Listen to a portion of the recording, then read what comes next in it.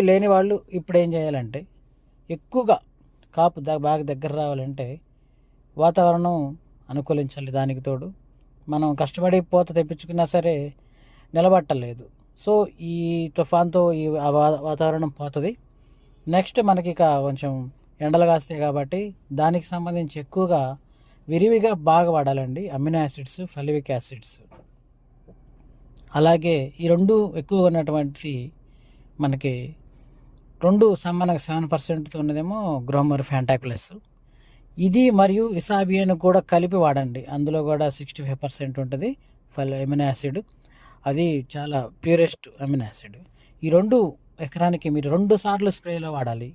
ఈరోజు స్ప్రేలో వాడామంటే ఈసారి స్ప్రేలో కూడా నెక్స్ట్ 5 రోజులకు 6 రోజులకు మనం మొదలు పెట్టినప్పుడు అందులో కూడా కనుక మనం ఇదే సేమ్ కంటిన్యూ చేయగలిగితే అప్పుడు మొదట కొట్టింది రెండోసారి కొట్టిన ఈ ఇంపాక్ట్ ఏదైతే ఉందో